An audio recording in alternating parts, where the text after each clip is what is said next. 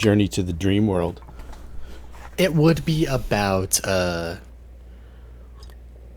it would be mostly it would be about one thing I would like to have him ask is the validity of some of the stories that he's read, because I did just listen to The Death of Malygris, and it had some interesting tidbits in there that Arthur took a note of. Okay, yeah, feel free. Because once he comes back from the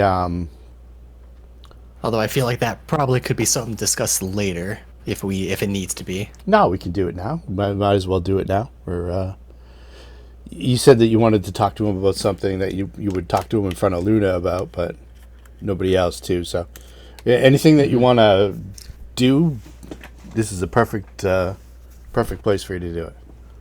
Yeah, it's primarily about how Arthur wants to.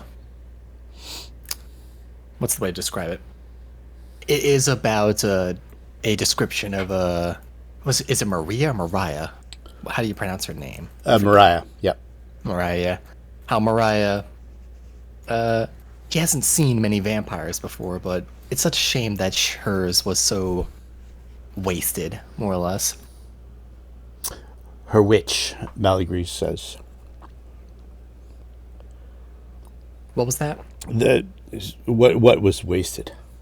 I'm not familiar with the situation. You could maybe describe it to him and. Yeah, he'll describe very generally that Mariah was vampiric in nature, and that she basically describing the situation with Lord Denal and all that stuff, and how we don't really know if she's dead or not. We haven't fully confirmed it. I wouldn't be surprised if she somehow managed to turn up again, but though at the same point in time, I probably would be surprised. So it's difficult to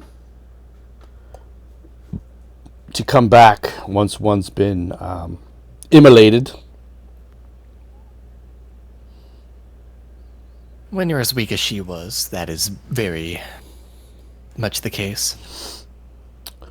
I don't know much about these creatures. They're most likely she was not a full one. She was more of a spawn, considering the fact that she went down so simply. So that would tell you what? That would tell me that she probably wasn't the correct person to be bestowed such power, such potential. Or that perhaps she had a creator. Yes. One who evidently did not seem to give her much guidance.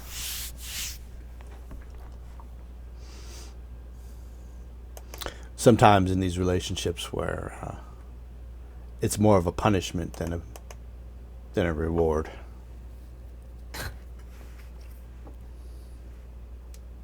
If you have a bleeding heart, perhaps, if you care a little bit too much about hurting others, if you consider not being able to go into the sun, or be able to go into running water, yes, it can be.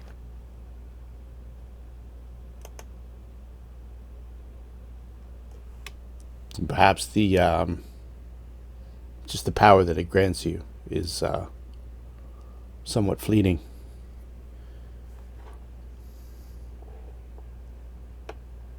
Potentially. Or potentially she didn't grip hard enough onto it. That's possible as well. Regardless of whether or not, I do not believe that Mariah herself matters. It's more so what she represented. I will not... Actually, before I go into that, I've read a very interesting story. It was in your very library here. Fiction. The Death of Malygris. Those old fictions. He chuckles. Fictions. I was just about to ask about the validity of those, because they have very wild claims in them. Hard to believe, aren't they? Very much so. However, how would when such you're dealing things with sorcerers? How would such things be even possible?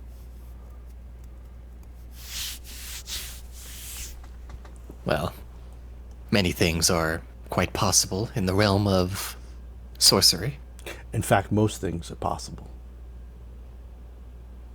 Exactly why I wanted to ask the validity of some of these stories, which, of course, I have no doubt that a good majority of it might be a bit exaggerated, but there's usually kernels of truth in many things. Well, Many stories like this, especially if you bother to maintain them here. I don't. I don't advertise these sort of things, but I'm not.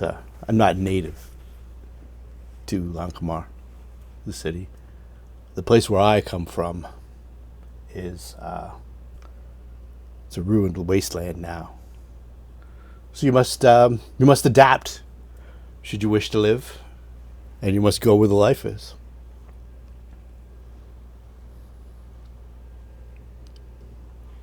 That would make sense. Any of the names in there, do they matter to you? What names would those be? Just some of the various kings and other sorcerers in that Oh, book I read. they're all long gone. At the time, they did. So there are kernels of truth. There's quite a few if you're able to find the history of Paginarum, which I entirely doubt you would. I would imagine that is long forgotten lore at this It's point. an eon ago, my friend. An eon ago. So long ago, in fact, I'm not even sure where the truth lies and where my memories are just constructs. Certainly, certainly. But considering the one I've read marked you as a very powerful necromancer, I imagine that's not solely what you do. Of course, you've done many other things. You've done a lot of conjurings and a lot of divinations. In fact, I stay mostly away from that now. In Away this from it iteration, necromancies have failed to interest me. I see. Interesting. I say all this because, while I am no necromancer myself, I do a little bit of dabbling. A lot of fear spells are in the realm of necromancy. You have some But- talent for it. You would not have been offered this opportunity had you not. I am quite specialized in my magics, yes. It's why, when I see other people who can utilize certain bits of true necromancy, vampirism, lichdom, stuff like that. Not that I've seen a lich, nor really consider it worthwhile in the end for what you lose from it. And he kind of chuckles. Because in that story that you read, there's a suspect that maybe that's what he turned into. Yeah. Even though it's hard to say exactly whether it was put into terms or not. Although, of course, that's not to say I disrespect any lich. It is a very enviable position to be in. Well, in certain regards. There's positives and negatives to all these things. You must give and take. You have to weigh up some of the downsides of things and determine whether the upsides are worth them. The mind and the talent, despite being given the gift of longevity, oftentimes suffers from that longevity, I found. Things aren't meant to last longer than they're supposed to. And that's for a reason. It's just nature. It's the crux of life and death.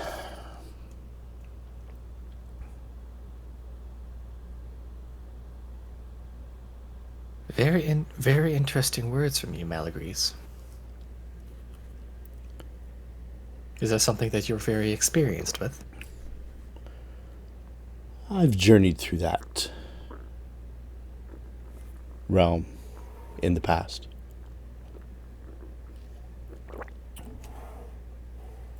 I find the every new beginning is a chance to learn something else. But I also find that every new beginning I lose a little bit as well.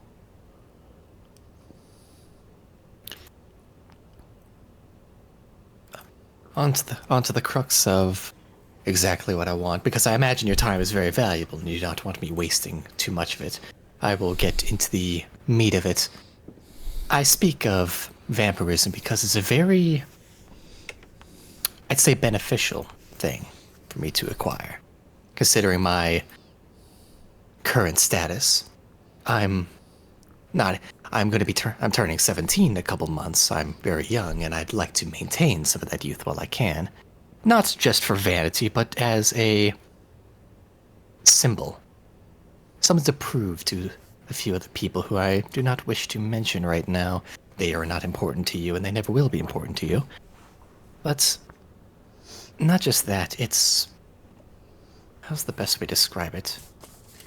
They're creatures that people very rightfully fear. And I imagine that you can understand how that would interest me. Indeed.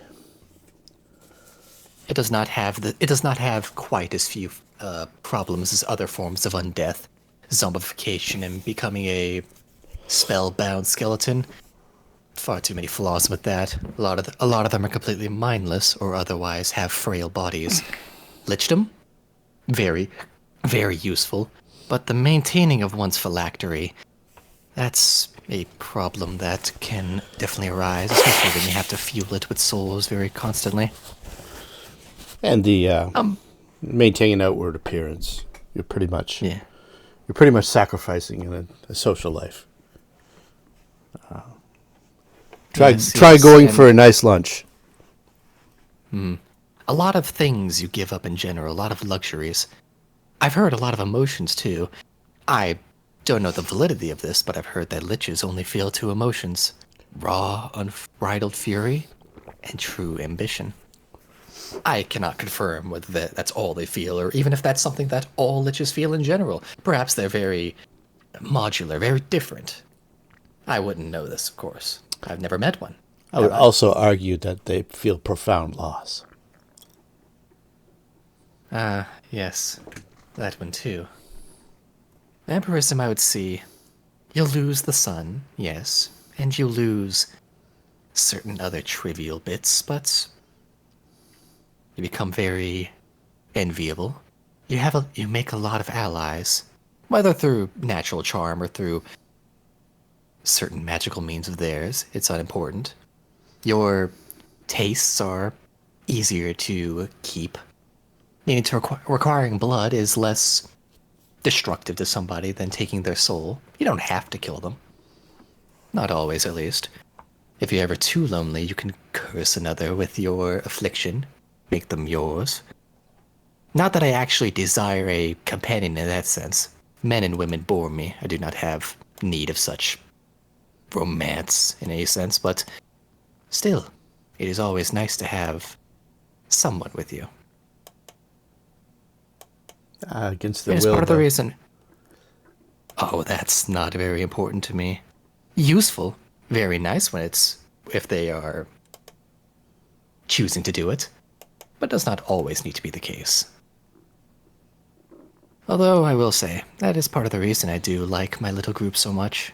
They choose to remain, and I like that. Be ashamed to have to kill them, which is why I'm glad that there were two spots. I would have killed Luna. I would have done so without much remorse, but a little bit of me would have been upset. I would be. I would be interesting. It would be interesting to see that confrontation. Luna is a dangerous, dangerous wizard. Oh, I never said it'd be easy. Matter of fact, if she gets the drop on me, she likely could kill me far more times than I could kill her. But it's all about who really acts first. A game of tag, in a sense. Matter of fact, there's something I respect about her. If she wanted to, she could kill me. Oh, absolutely. Although of course I intend to, as I grow, make it to where she can't, even if she did get the drop on me. But enough about that. Yes, these are things for you to consider, and I pay little thought to such things. Yes, yes. Onto the and going back to my desire to change myself. I am not a man who requires a lot of trinkets or items to be happy. Of course, they are very useful. Metamagic rods and other phylacteries and various items that boost one's potential. Useful, definitely. But do not have as much permanent impact. Useful, but as- easily taken. Yes, exactly. You're very aware. It is why, additionally, why I wanted to speak with you a bit more privately. I would have allowed Luna as well, because I imagine that any good member of the Sorcerers Guild should be aware of this.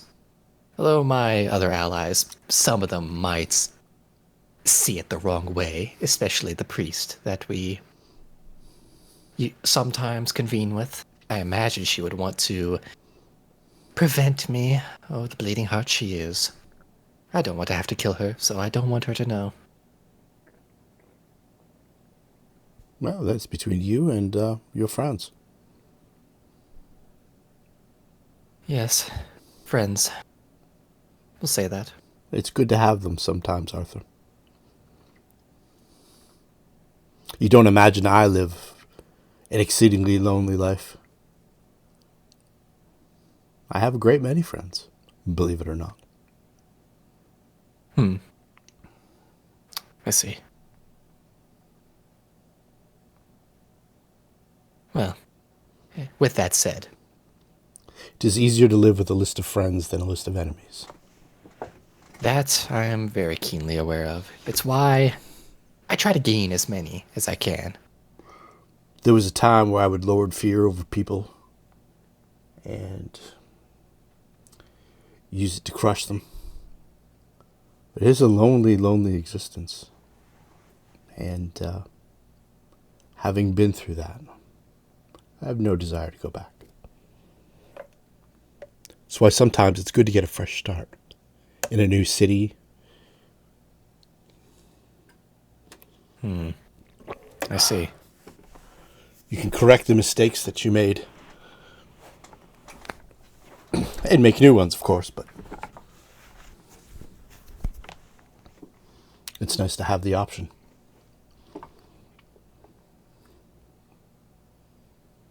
Anyway, it almost seeming to want to like shift the subject.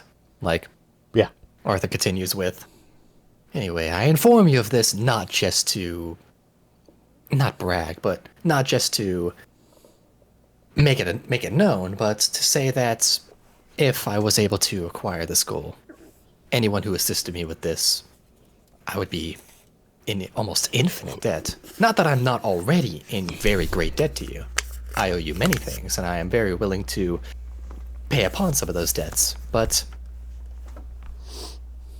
while I have a very long life ahead of me, like I said, I'm very young. I can have a much longer life, and have a lot more impact if I was to achieve my goals. You could have a much longer life as a leather worker. But what power does a leather worker have? That's just What it. can they do? They can toil. But if a long life is all you're looking for, Well, a long life by itself is worthless. A long life that you can use to your full advantage. That is where the value comes in.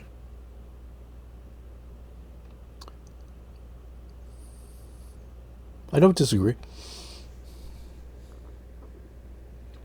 You've got a dangerous journey ahead of you, though. Oh, I imagine, yes, I know that undeath is quite hard to achieve. It's why it's very likely a longer term goal. Something that will not be achieved for some time. At least, not unless I want to actively find a vampire to turn me and risk the problems that has. No, no, no, no. I wish to have no master. I wish to, if I could, I would tear it from them. That's an interesting idea. Can you out of character, like something passed by me, and it was loud. Yeah, it's no problem. Anyway, matter of fact, that is a very interesting thing to think about. Can one steal some of these things from something? Can you steal undeath? Maybe not directly in the sense that you make them alive again, but more just a case of become masterless. Because I wish to have no enforced masters. I'm fine with serving, of course. I serve you. I am willing to serve you. But serve some creature like that? No, no, no, no. Not against my will, at least. Arthur, you're joining the guild. You're not pledging your service to me. We are, in a way, soon to be equals. I didn't quite say I was pledging my service. I was simply saying that I'm willing to serve you because I like to repay favors. And you've done me a very great favor. And you potentially might do me more. You've done me one as well. So, I've paid you back in the way that I thought might be most appreciated by you, and it's the beginning of a friendship. It's the way I look at it.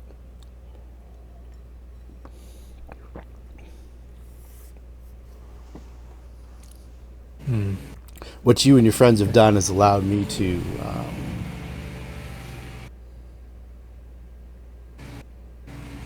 advance a position that I have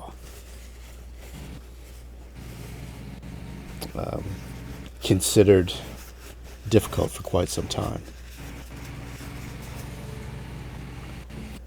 Anything more we could do for that? No, precisely what is needed to be done has already been done.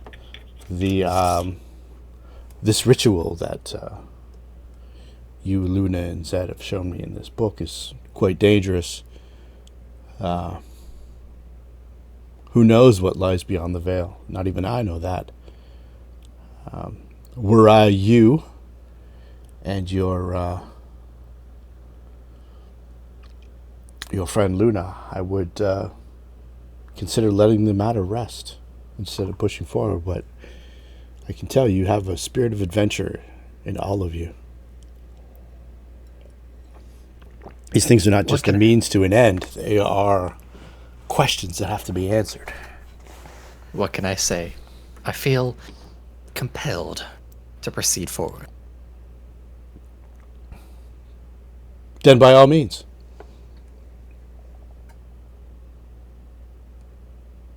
Very well. I heavily appreciate your time, Malygris. And like I said earlier, if I do not expect you to do all the work for me, of course. I do not tell you about my plans because I want you to toil for weeks on end to achieve it for me. I simply inform you because if you have even a small morsel of information about it, even a small hint as to how it could potentially be achieved, I would be very, very appreciative of it. And I would do a lot to repay such things, as I've said before.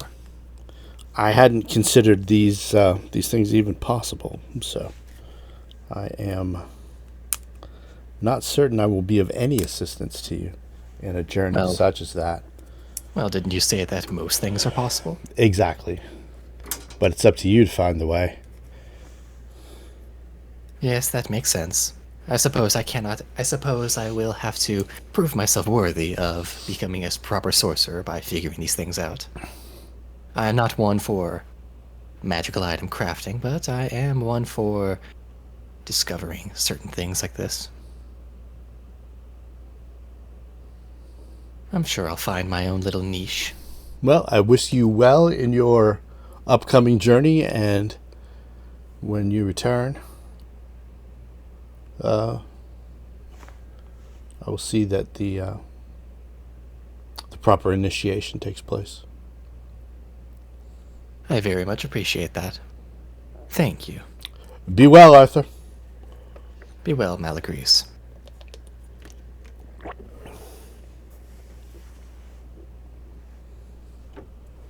All right, so we cue to the anything that you want to do prior to the ritual. Probably have a few days. If I have a few days, I'm not certain what exactly I need to do. Yeah, if you don't need to do it's- anything, then Imagine I can't really buy too much because I need to. You know what? Because I'm gonna forget to do it. I'm gonna pull my money out of Denal's bank. okay, yeah, absolutely.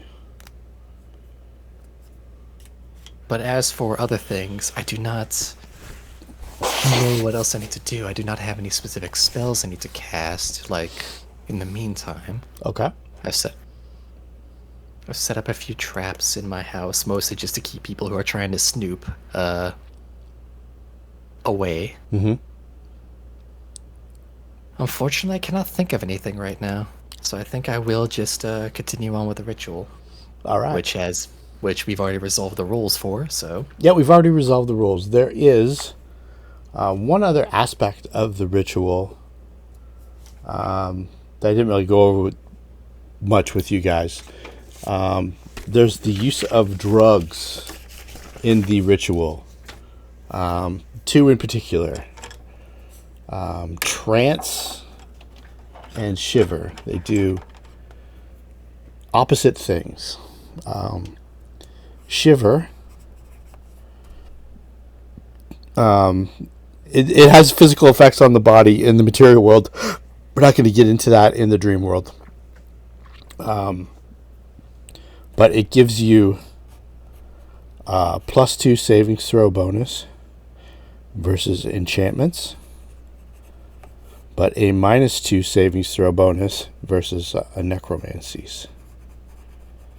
And trance is the opposite, gives you a +2 savings throw bonus against necromancies and a -2 versus enchantments. And you said it was trance that did that? Yeah, trance is +2 versus necromancies and -2 versus enchantments. So like the sleep spell, for instance, a sleep spell, if you've taken trance because it's a sedative, you get a -2 to it. You get a -2 to like charms. You're more susceptible to persuasions and stuff like that. But at the same point of time, you've calmed yourself, so you're less susceptible to fears. Whereas the shiver is the opposite. It's a stimulant. You're more susceptible to fear and paranoia and bodily harm via necromancy, as opposed to enchantments, which your paranoia kind of pushes off. It helps you fight off sleep, helps you fight off the suggestions and charms, that sort of thing. Considering the fact that I'm already quite warded against mind affecting stuff, it would be useful to defend against necromancy. What impact would it have on my physical body when I wake up? Like, by the time you're waking up, it's it's addictive. Yeah, by the time you wake up, it's already cleared your system. And doing something like that once or twice, it wouldn't. Having taken drugs enough myself, I know that just doing it once or twice doesn't mean you're an addict.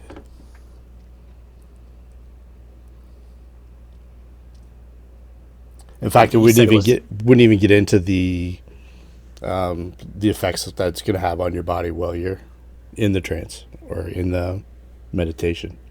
And he said it was trance that gives me protection against Necromancy. And -2 versus enchantments. Yep.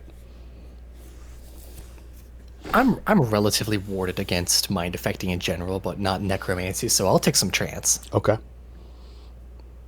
All right. I'll go ahead and take a hit of trance when we're in there. Okay, so the ritual begins. There's the bottles of wormwood wine. Everybody's trying to consume them in the period of time that it's going to take. There's a suitable amount of. I'm going to say that you guys conduct the ritual in the Church of Utah. She closes the door to the public, gets rid of all her seconds and stuff like that. It's a nice, safe place. You guys are all seated in a circle in the area. Begin to consume the wine, and then there's it's almost like a meditation. It goes around. Maybe a phrase from the ritual that gets repeated from one person to another as you go around, and the ashes and the grave earth are spread out in the midst of the circle. And as you go through, that's when you take the trance. And basically, you're trying to put yourselves to sleep. But just as you do, near the end of performing the ritual and making the checks and all that stuff, the act of actively unlocking the door with the silver key kind of puts everyone to sleep. And I'm not sure what anybody was expecting when they drifted off in this ritual, whether it was even expected it to work, or, I mean, you wouldn't be doing it if you didn't think it could work. But you're not sure how long things have gone on, like how long you've been asleep. You don't, you sense the others, but you can't really see them. You can kind of hear the droning chants. You're one of the first to go to sleep because you did take the trance. That's one of the side effects of it. You can hear the others. And as you your mind kind of drifts, the others slowly fade out. And I think that maybe the thought had come up that you would all come through in the same spot. But how would that be possible? And you're beginning to calculate these things in your mind, and you're having thoughts of the things that you're most knowledgeable about, and the things that have most recently occurred. And you find yourself in a hallway in the dark.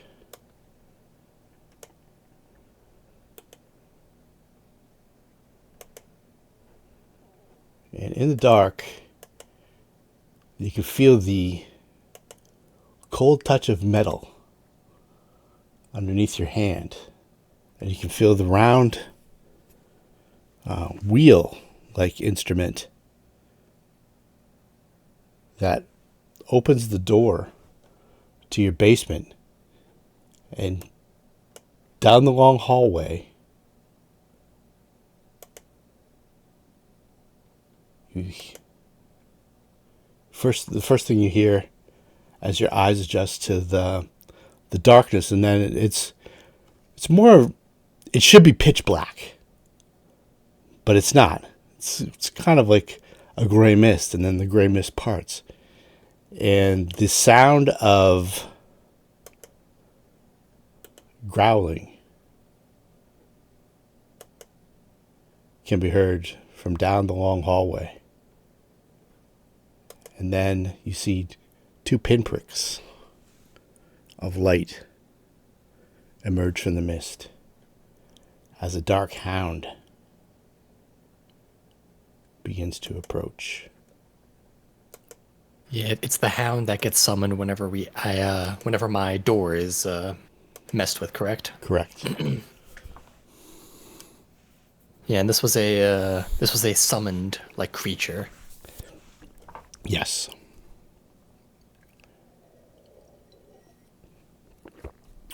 Initial thoughts. Does it look the same as it once did? It does. It looks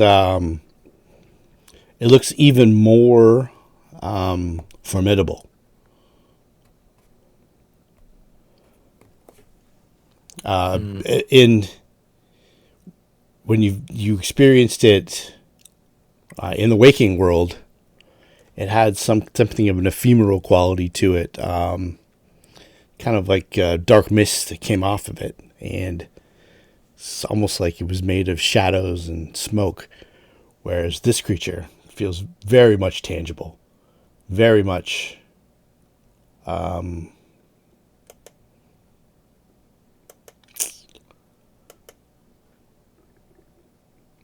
Very much present. It's been some time since I've seen you.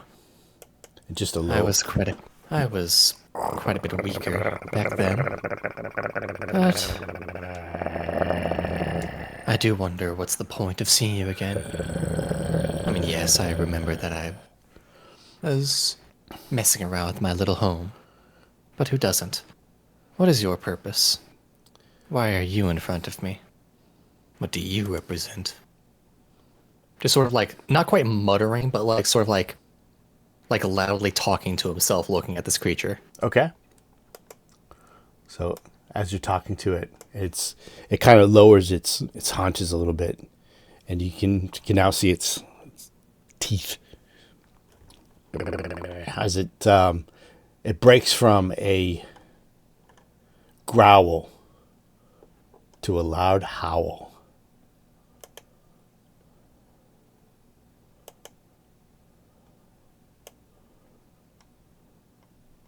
Saves against fear.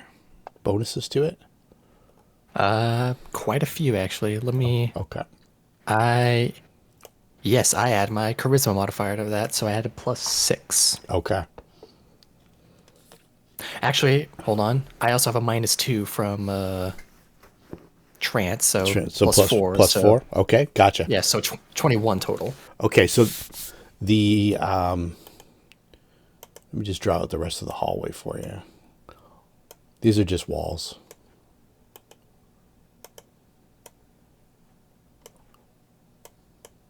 And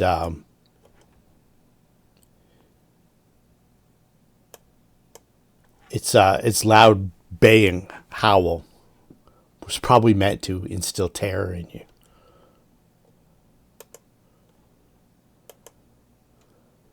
But you've managed to resist the urge to flee in a panic. Your turn. I'm trying to... Okay, hold on. I need to modify one of my effects. It still says only +5, because that's back when my charisma was lower. Let me just change that. Arthur, upon like seeing that this creature is attempting to frighten him, he just sort of smiles at it. That's cute. That's very cute, in fact. You think that you can use that tact against me? You think I care about your existence? You think you... Why am I bothering? You're not worth talking to. I'm gonna go ahead and hit this thing with a cat. No, I cannot. It does not understand a language. Hold on. I'm instead gonna hit it with... Because I don't believe... Do I remember how many hit dice this thing had? Let's Do I see. remember this thing It to be affected is by fear? knowledge the planes. Knowledge planes. I think I have 1 rank in planes. Okay. I think I know like the basics of that. So DC is 18 to know something. Okay. Oh, there we go. Okay, so it's is that all you want to know? The hit dice? That's the one thing. Yeah, because I know I can blast past fear immunity, so I do need to know if it has 6 or more hit dice, yeah. Okay. It does not. It does not. Well, in that case, I could hit it with that. Nah, I'm gonna hit it with that instead. I'm going to go ahead and because I want to see it. I don't necessarily need to kill this thing. More so, just need to banish it from my sight. So I'm gonna go ahead and hit it with a very basic scare spell. Okay. Actually managed to barely succeed. All right. Even so, it's still shaken for 1 round. Okay. As I can see that I have gotten to it, but have not fully affected it. Oh, would you look at that? You're quite a bit more resilient than I remember. But no matter. I have other methods for this, as I'm going to like back up a bit so I can just get myself a bit of distance for whenever this thing is gonna next Are you gonna open the door? I'm past this, I see. Yeah, the door's closed. Yeah, I'll go ahead and I guess that is my move action, just open the door, yeah. Okay.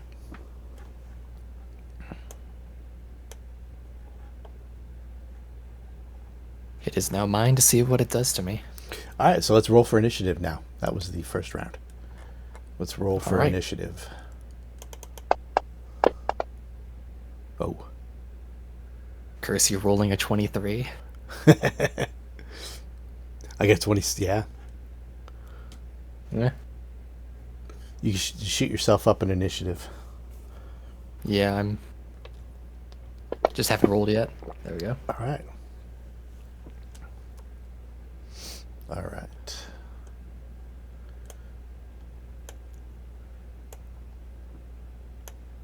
Oh, he barely succeeded. I'm just seeing. Yeah. He got it exactly.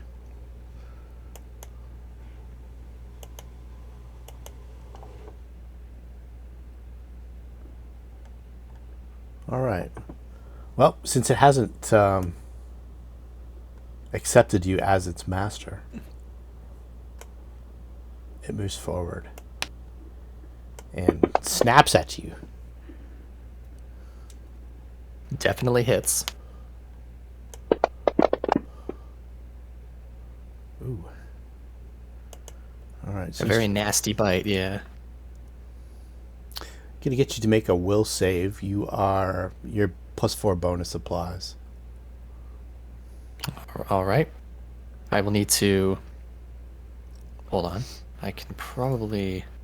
I think it's probably automatic unless you roll a 1. I just don't have the effect of It's okay. We can just manually add it. Yeah. Yeah. I wonder if this works. Ooh, that was almost a 1. It does. All right. Okay. Cool. All right. Excellent. That did actually work. All right. Okay. So, and then there is the matter of the trip.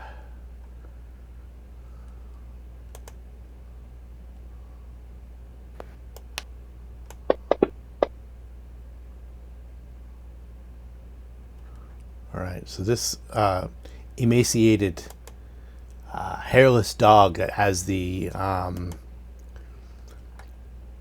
It's kind of like I don't know if you're a dog guy at all, but it's kind of like a mastiff. It's got the pointed ears. It's got the broad frame. It's almost 3.5, 4 feet tall. It's definitely. Despite being a supernatural dog, if it was even just a regular dog, it's a dog that could absolutely tear someone to bits.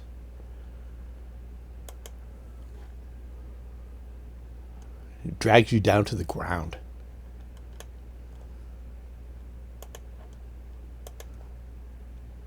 As it tears into you. Arthur.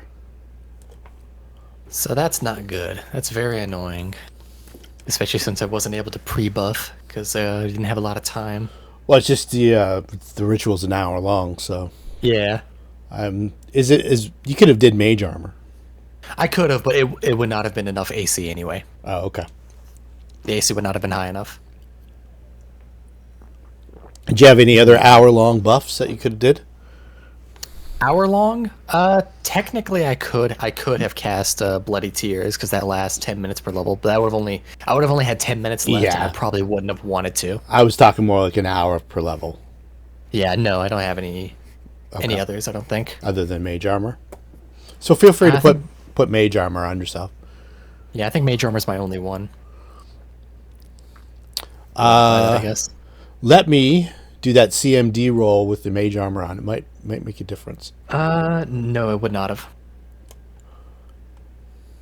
It rolled a 19. Yep, still would have been a hit. Okay. That still would have beaten my CMD. Because Actually, it does apply to your CMD. What's your... my CMD would be 18, so yeah, it still hit. Okay. What is it without before we start? Is it 18? It starts at 14, Oh, becomes okay. 18. Yeah, okay. So we're good. All right. All right. With that, I'm going to... Quite annoying. I would like to be able to cast more things, but casting in this situation is dangerous because it can... You know what? If it doesn't want to accept me, I will instead make it fear me for a very long time. Okay. I'm going to go ahead and much longer than scare would cause it to fear me. Okay. As I'm going to... I need to make a concentration, I believe, to cast offensively. Yes. 15 And it's- plus twice the level of the spell. Alright, so this would be a 3rd level spell. So 21 is the number. Ooh. Rolling. Oh no, 21, okay. My concentration is a lot higher. Oh right, it's concentration, not a cast Concentration, level check. yes. Okay. I thought I failed. I thought it was a cast level check. Concentration. All right. From the prone position, you get your spell off. As I am going to go ahead and... I technically need to see if this is going to affect it, because I am going to be casting Shadow Enchantment, because from one shadow to another, let's just go ahead and give this thing a very bad time. First I need to see if it's able to try Disbelieve. It fails to disbelieve, as I am going to go ahead and hit this thing with an aversion. I'm going to make it adverse to... I can't make it adverse to me specifically. I'm just going to make it adverse to... What item of mine would be interesting to make it adverse to? Well, let's see if I can make it fail to save first, before I consider that. All right. Alright, yeah, it does fail. I'm going to make it adverse to... Okay, so I imagine it's sort of like grabbing me by the arm, like basically like keeping me pinned to the ground. Yeah. As I'm casting the spell, I'm gonna pull out the little ornate mask that I have, the little hair mask. Okay. I'm going to make it deeply adverse to that. What aversion does? Aversion is a very devastating spell. Spell resistance does apply. Actually, does this thing have spell SR? I don't believe so, but let me double check. It would have applied automatically, I believe. I think so. Yeah. Yeah. Nope. No. All right. No SR. Aversion allows you to... You must pick a specific object or place. Whenever you're... It basically... Hold on, it's probably easiest to send aversion to you. It's okay. I've got it right here. You plant revulsion in the very mind of the subject, causing her to avoid object or location. Choose a specific place. The location chosen this way can be no longer than a cube measuring 50 feet on a side. The aversion is entirely in the target's mind to the... Okay. Yeah. Basically, what it does is it cannot willingly get within 60 feet of whatever it's averse to, and while it is within 60 feet, it's nauseated. Okay. Like, it is basically like, in its very mind, every cell is telling it to get away from whatever it's looking at. Yeah, nauseated's bad. It's all you can do is And make even a if it move succeeds, action. I forgot that even if it succeeds, it's sickened for that time. Mm-hmm. Aversion is a very devastating spell. But it is not compelled to stay away from it. Okay, yeah. That's a good one. And it lasts for 1 day per level. Yep, so that's going to be lasting for 10 days. This thing's not going to exist for 10 days, but still. Okay. It's mostly just to prove a point. It's the mask? It is the mask that it's the mask that I currently have. I'm going to actually, if this thing lets go of me, I'm going to put the mask on. Okay. Or maybe you put it on just as you cast the spell. Yeah.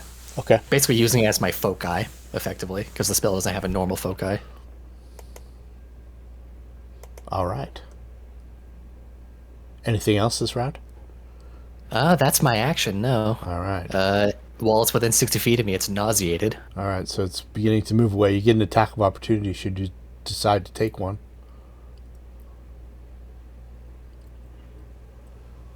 No, actually. I will not. Okay. It moves at its full rate. 1, 2, 3, 4, 5, 6, 7. It gets it's got a fly speed of 60, so that's enough to get to the edge of the aversion.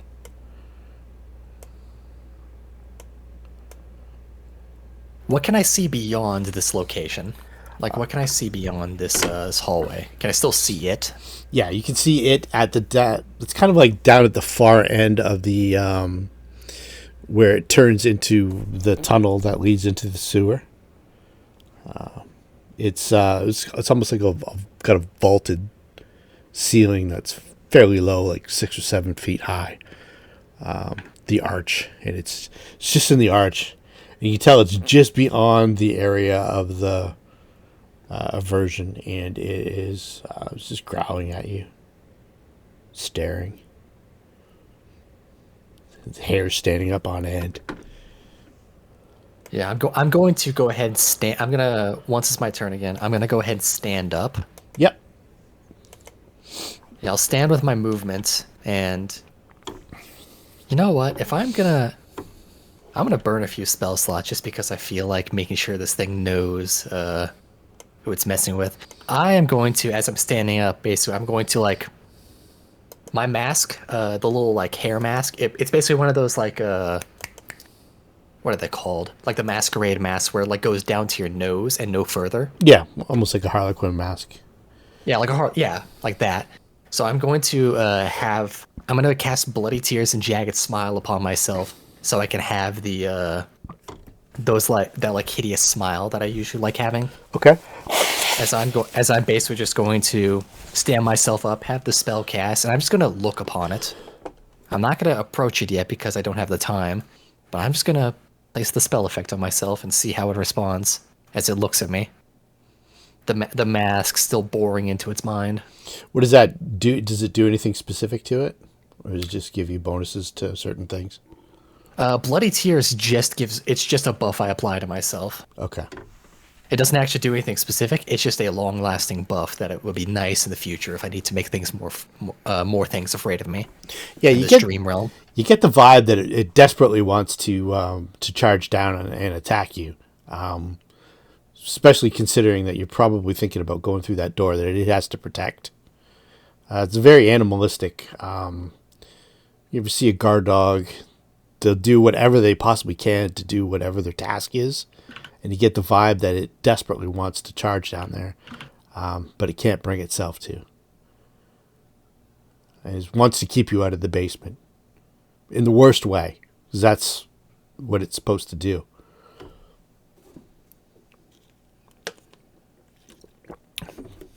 But it's unable to.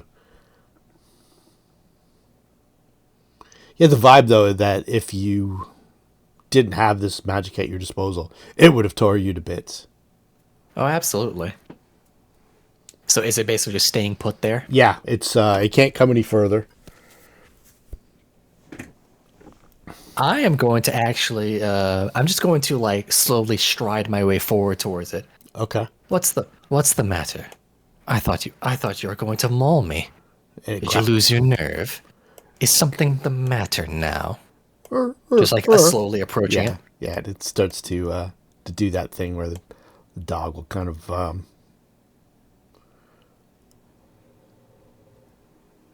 show that it's intimidated. It starts to whine a little bit as opposed to growl. Its aggression is lessening. I'm going to get right up to it, basically like standing right over it. Okay. I'm gonna like pull up the sleeve of my arm where it bit me.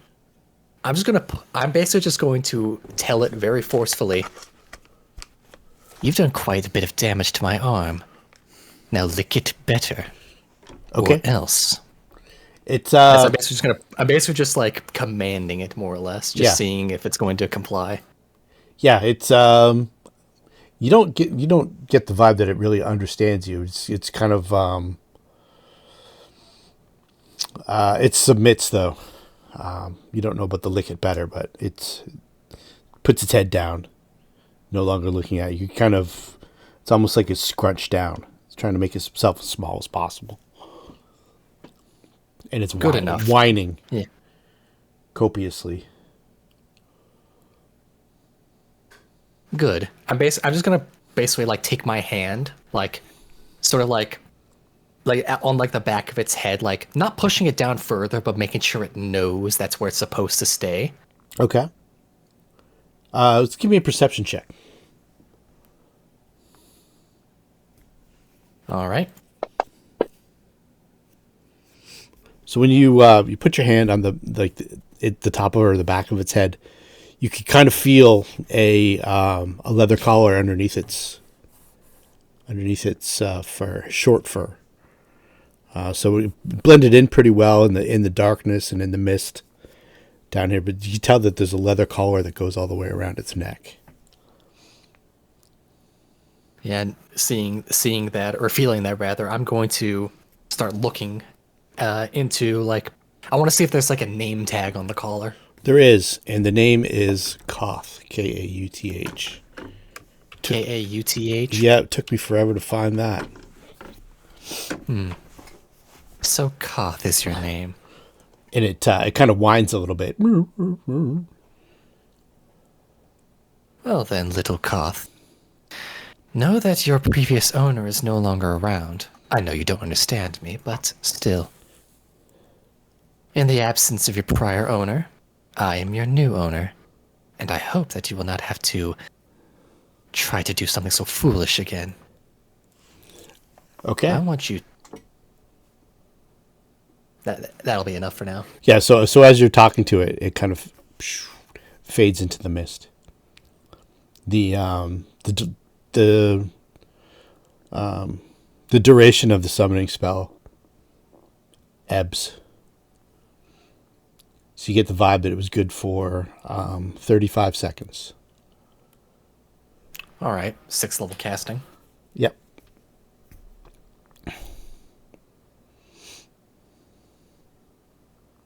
Not much of an animal person, much less ones that try to maul me.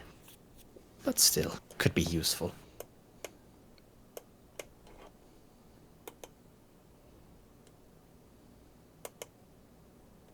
With this wound, I'm gonna hit myself with a single Cure Light Wounds. Okay.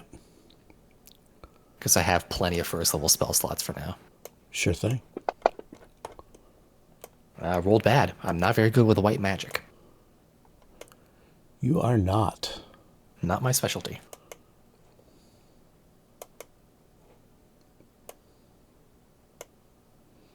Something. Well, with that, I am since I see there's going to be a good amount of danger here, and there's not my allies around. I'm going to. Do I have any more buffs I want to cast? Not ones that are super long lasting. All right. I will. Okay. What else do I see? Just the basement and the hall. The basement leads into the sewers. This hallway leads into the various sewers. And then there is the door that leads into the basement of your house. I can head into the sewers later. I want to see why I'm at my house specifically. All right. Are you able to go through that door? Is it locked or anything? Oh, there you go. Good, There we go. good. All right, excellent. So I give you the descriptions and stuff like that, but the basement is how you left it in your dream. It's how you whatever you've done to the basement since you've taken over to the house. That's exactly how it appears in this dream of yours. Yeah, I imagine the most of what I've done is basically just clean up around here. I don't have as much I'd like to put in here yet. Yeah, That'll be in time. There was just the bones of the dogs that were down here that pop off and animated as guardians. Clean up, and then just the dust and cobwebs and that sort of thing. I don't believe there was any furniture or any items storage. Okay, that's better. There you go.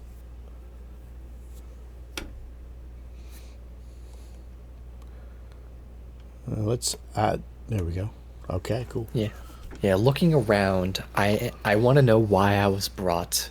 Why am I whether or not it's a case of it simply being the last thing I thought about, or if there is a specific meaning to me being here.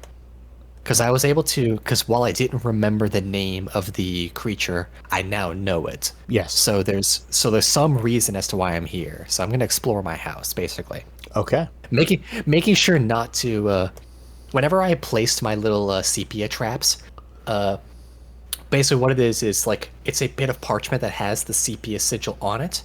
Over top that, like overlaying that, is a second piece of parchment that basically just has like a faux basically like faux instructions leading towards basically like you know, like numbered like instructions, like step 1, step 2, like, and then leading down into like basically saying, like, basically to trick people to being like, oh, it's like some sort of instruction for something, I'm gonna flip the page, and then they get hit by it. Okay. I'm gonna make sure I where don't on mess with those. where on the map would you have put the one? I Down imagine here. so. Okay, let me look at this map. So I can bring up the map of the underhalls. Oh, the under. Yeah, this is. Oh, the underhalls. Okay. This is. Let's see here. Yeah, let me bring up that map again. I almost exported the record. Hold on. Okay, so I see the this. Okay, what's like where the. I'm having trouble speaking for some reason. Where the stairs like meet up to the door, like they go up to that door. I see there's that corner over there. Is there anything like in that corner there, or is it just like I'm assuming this whole room is basically empty for now. Oh, okay. You're talking about just the basement here? I thought we were talking about the basement currently. Okay, sure. Yep, that's exactly what it is. Just a flight of wooden stairs that leads down. That's a trapdoor. It leads up into the kitchen of your house. Oh, okay, so that's the trapdoor. That's the trap. I'm going to basically where the stairs are, like that bottom left corner. I'm at one of my parchments is basically like pinned to the wall there. Okay. More or less leading to some sort of like fake instructions for something, like how to like basically telling it where I'm going to be storing some of my items. Okay, so like right there? It's more yeah, basically right there. It's something that will catch somebody if somebody gets into my room through the sewers. It's something that'll immediately catch their attention. Okay. Is the idea. All right. How many of those did you do? I put one there. If we had several days, I have quite a few castings. So I put one there, one like on the outside where the sewers actually meets into my house, but not on the door, like I described that one last session. Okay. And I believe I probably have like maybe 2 more, like just in my house, like in random cupboards. Like something like maybe like here or here. Let me take like a look. I cannot see what you're doing. This is the Temple of Chautauqua I'm looking at. Hold on. Oh, okay. The underhalls. So here is the map of the underhalls. I'm also noticing all of my maps got wiped. That's annoying. Let's see here. Turn off the line of sight. There we go. So you, if this is where you're, this is where you and the dog kind of met. That's the 60 feet down from your actual place. Oh, there we are. Okay. Yeah, and then there's the secret door across to the, basically the Thieves Guild's area across the hall. That way. Then up here is the kind of the mortuary where Popoff was storing his undead.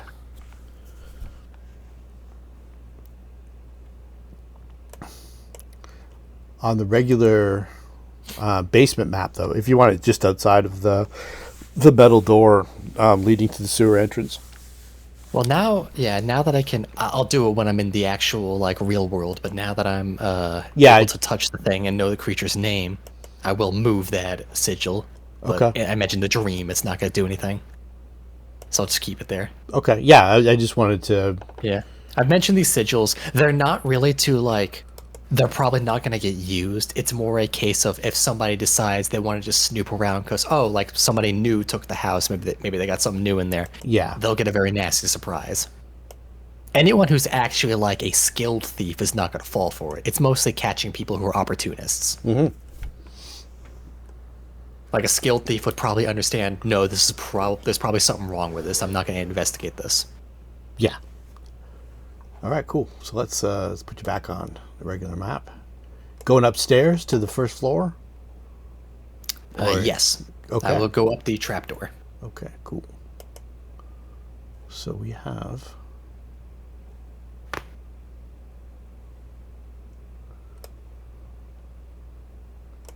There you go. Share that.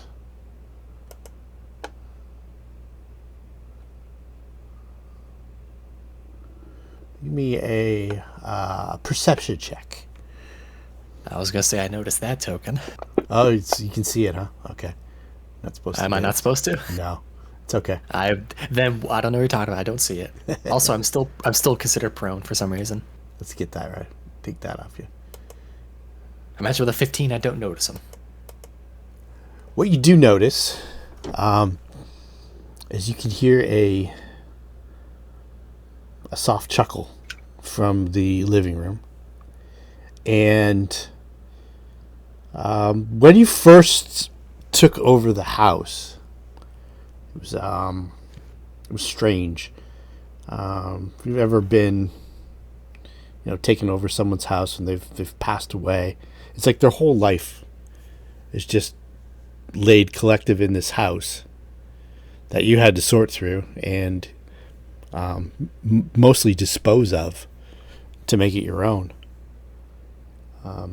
One thing that you did notice, that near the fireplace there was an ivory kind of meerschaum pipe and a couple packets of like a cherry flavored pipe tobacco.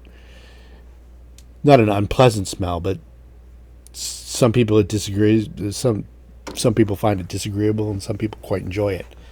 But that was left over from Popoff, and you've had the house cleaned professionally. You had all these things moved, and I don't believe Arthur's taken to pipe smoking at any point in time. So there is he this. doesn't do a lot of drugs. There is the scent of cherry pipe smoke in the air that you can smell in the kitchen.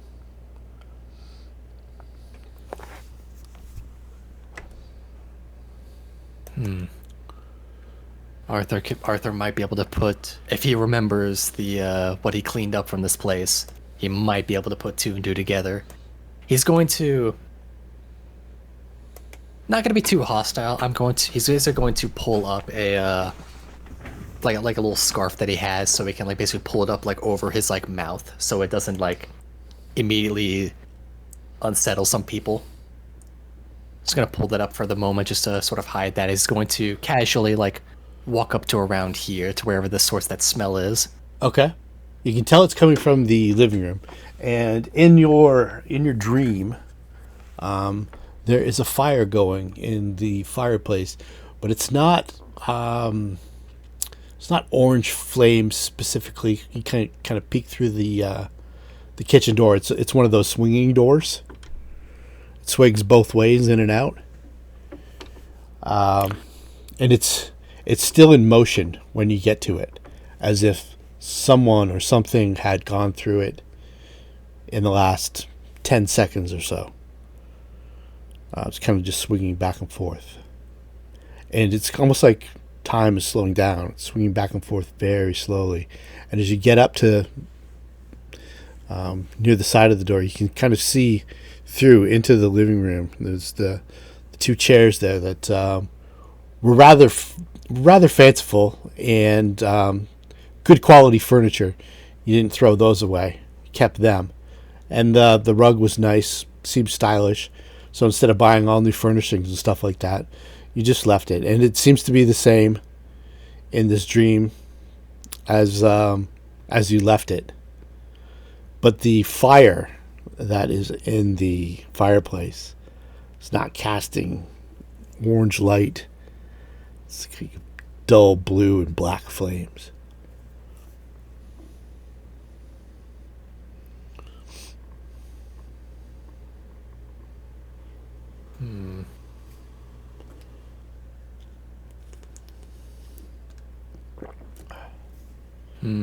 Interesting. I'm trying to see how Arthur will respond to this. Can you still see the out of character? Can you still see the token? Out of character, yeah, I can see him. The do you recognize out of character? Do you recognize this picture? I remember he was described with a big old nose, so I imagine that's Popoff. There you go. All right. Yeah, Arthur's going to basically just like, not really. Arthur's not really going to show much fear right now. This is his house. He owns this place, and he has to act like it. Arthur's going to open up the door and walk inside, looking over at the individual. I imagine he describes him as hunched, I believe. Yeah, you can't see him. I don't know why we're. Oh, I can't. Oh, I can't see him. Yeah, let me. Oh, I see. I see. I simply could smell him. All right. There we go. That's better. Yeah, you can smell the. You can smell the pipe tobacco, and you could hear his chuckles. Yeah, just sort of like opens up the door and like looks around, like doesn't really see anything. See the black flames in the fireplace. See with the fifth. You shoot me another perception for when you get into the room. Let's see what you see. The DC on this is 20. Okay. You saw it. It was so close. It was. So you're kind of like mesmerized by the black flames and the you're kind of looking around for like differences and stuff like that. And as you do, you feel a heaviness.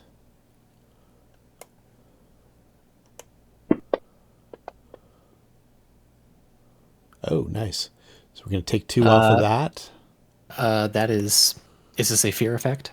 No, this is an enchantment effect. In that case, that is far lower. That is just going to be... Yeah, remove 8 from that. 8? Oh, okay. 6 of that was from fear. 2 of that is because I didn't apply the enchantment thing. Oh, okay. This was... So remove 8 from that. This was a deep slumber effect. Well, I'm getting hit by that. Okay. So when you wake up, you feel violated. You're now seated in the chair, and across from you sits Popov, smoking a pipe. And you feel tired, drained. I don't. Have you ever gone swimming, like just out of character, gone swimming in the afternoon, and then like a half an hour later, you feel like all your energy and your life has been sucked out of you? Yeah, lethargy. That kind of tired feeling. You're seated in the chair and you wake up, but you've got that kind of like, oh. It's almost a feeling of exhaustion, but just not in game terms, technically. And Popov smoking his pipe. Do I still have all my stuff with me? Like basically patting my like casually patting my my side. Do I still feel like my component pouches and stuff? Yeah, everything's present. He's He could have asked me to sit down. Arthur, I'm not a thief like you are. You've taken my life. You've taken my home. You've just insinuated yourself into the things that I have left behind. And you can see now that... do you have like knowledge religion? I do. Okay. I have 3 ranks in that. All right, let's shoot a roll. Okay.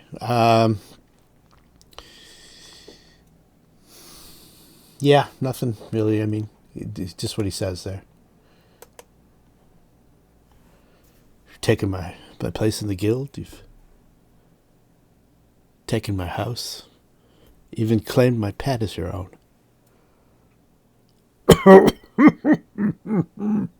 I'm not certain if I would. I'm not certain if I would call this thievery necessarily. More so carrying on your legacy. You're a necromancer. You understand that when somebody dies, you need someone to. What's the word for it? Step into their shoes. Yes, exactly.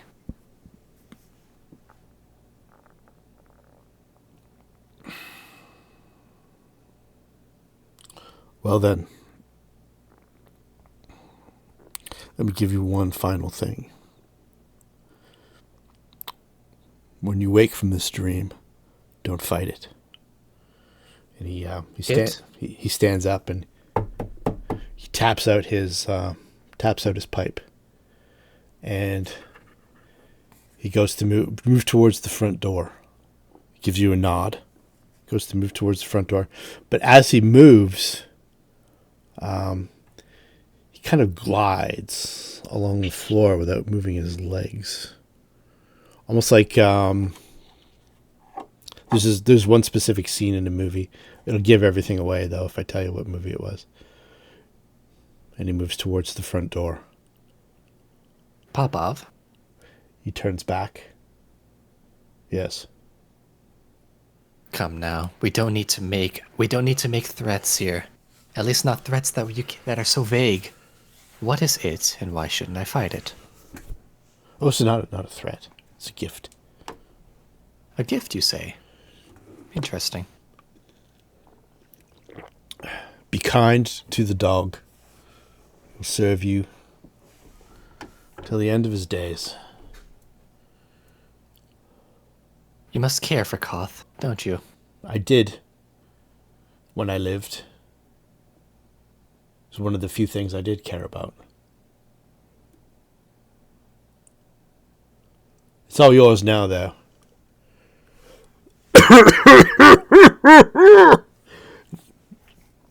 Nasty cough, that is.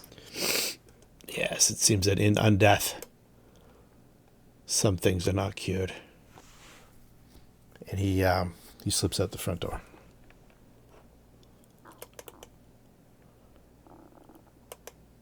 And that,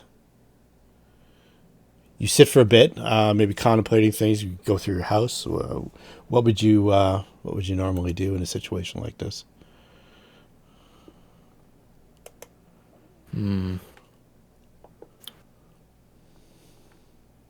Considering what he said earlier,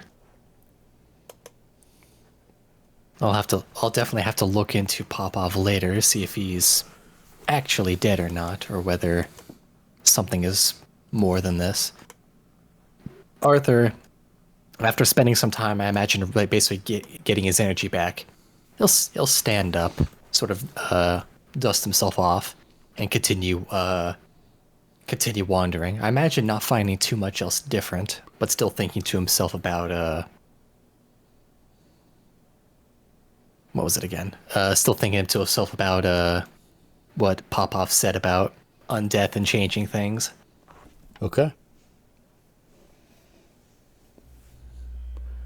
Dream becomes very disjointed after a bit, and once you kind of gain back the stream of consciousness, like you're actually following along with what's occurred. You found that you've walked through the city. You must have walked, because now you're on the Street of the Gods, standing outside of the Church of Yita, waiting for your friends. And that's it. That's where we'll pick it up with the rest of the group. And what I'm going to do is I'm going to split the experience points between all the different party members, just between everybody. So you're 5,600. Everybody's got roughly the same amount. So roughly everybody will get 5,600 experience points more. Excellent. Let's see here. You have a, let's see, the skills of, heal, no. Perception. You're pretty good at perception. So maybe there's an instant where you've checked the rest of your house out to make sure that Popoff hasn't made off with anything. That's probably an instinct that you would have. Or no? I imagine he would look around very generally. Yeah. Okay. So if there's anything else amiss. So there's a point where you're in your bedroom and you're looking for things here and there, and you look into the mirror and you find that you don't cast a reflection.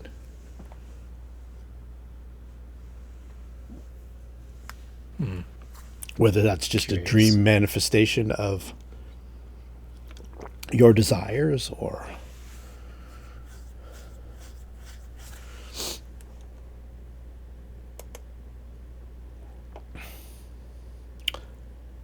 I'm going to turn the recording off.